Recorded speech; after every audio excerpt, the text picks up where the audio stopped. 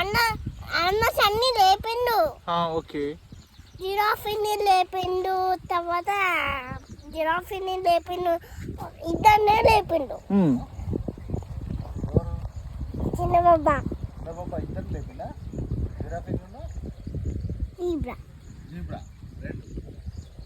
సరే, ఇప్పుడు నీకేం చెప్పిల్లు? ఎవరేం చెప్పిల్లు నీకు?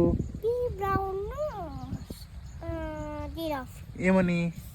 కాదు, నీ ఫ్రెండే కదా సన్, అందుకే నాతో పాటే వస్తుంది. అవునా? అది చెప్పింది.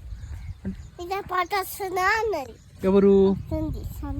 సన్ను నీతో పాటు వస్తుందానంటే మరి నీ ఫ్రెండ్ ఇందులో నీ ఫ్రెండ్ ఎవరు? జిరాఫియా జీబ్రానా? ఇద్దరే. మరి సన్ నీ ఫ్రెండ్ కదా? మరి నీకు ఎప్పుడు మరి మూన్ కూడా వస్తుంది కదా? ఎంతమంది నీ ఫ్రెండ్స్ ఉన్నారు ముందు చెప్పు.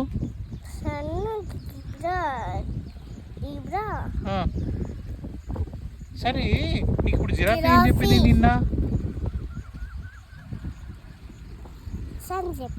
సన్ నీకు చెప్పిండా? ఏమని? నా ఫ్రెండ్ ఆర్థిక ఫ్రెండే కదా, నీతో పాటు ఆర్థిక పాటు వస్తున్నావు కదా నువ్వు అన్నది. వీడియో చూస్తున్నావు. వీడియో తీస్తున్నా అంటే నువ్వేం మాట్లాడుతున్నావు తెలియాలి కదా. అమ్మకు చూపిస్తావా? కాదు, సన్నుకి చూపిస్తా. సన్నుకి నీకు తెలియాలి, నీ ఫ్రెండ్ కదా. పంపిస్తా సన్కి. నేను పంపిస్తే ఫోన్ సన్ చూస్తాడు. సన్నుకి ఫోన్ ఉంటుంది. జిరాఫీ కూడా జిరాఫీకి ఉంటుంది, జీబ్రా కూడా ఉంటుంది ఫోన్లో. నాకు జీబ్రా నాకు ఎలిఫెంట్ చెప్పింది. ఏమని? కాదు, సన్ ఫోన్ చూడకు అని చెప్పింది. సన్నుకి చెప్పింది. సన్నుకి చెప్పిందా ఎలిఫెంట్? నీకు చెప్పిందా? సన్నుకి చెప్పింది. ఏమని? సన్నే ఉన్నది.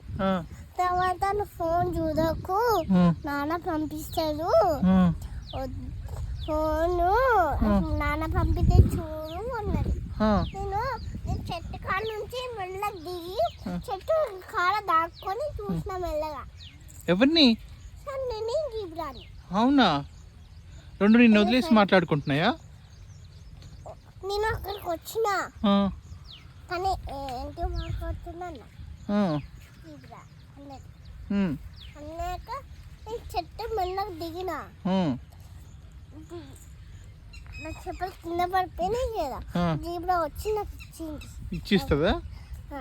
మరి ఇప్పుడు నేను వెళ్ళిపోయినా జీబ్రా వస్తుందిగా, మరి ఇద్దరు ఆడుకోండి, నేను వెళ్ళిపోతా. చీకటప్పుడు వస్తుంది. అవునా? నేను నేలప్పుడు వస్తుంది. ఇప్పుడు నీ ముక్కుకి ఏమైంది నాన్న? ఎట్లా?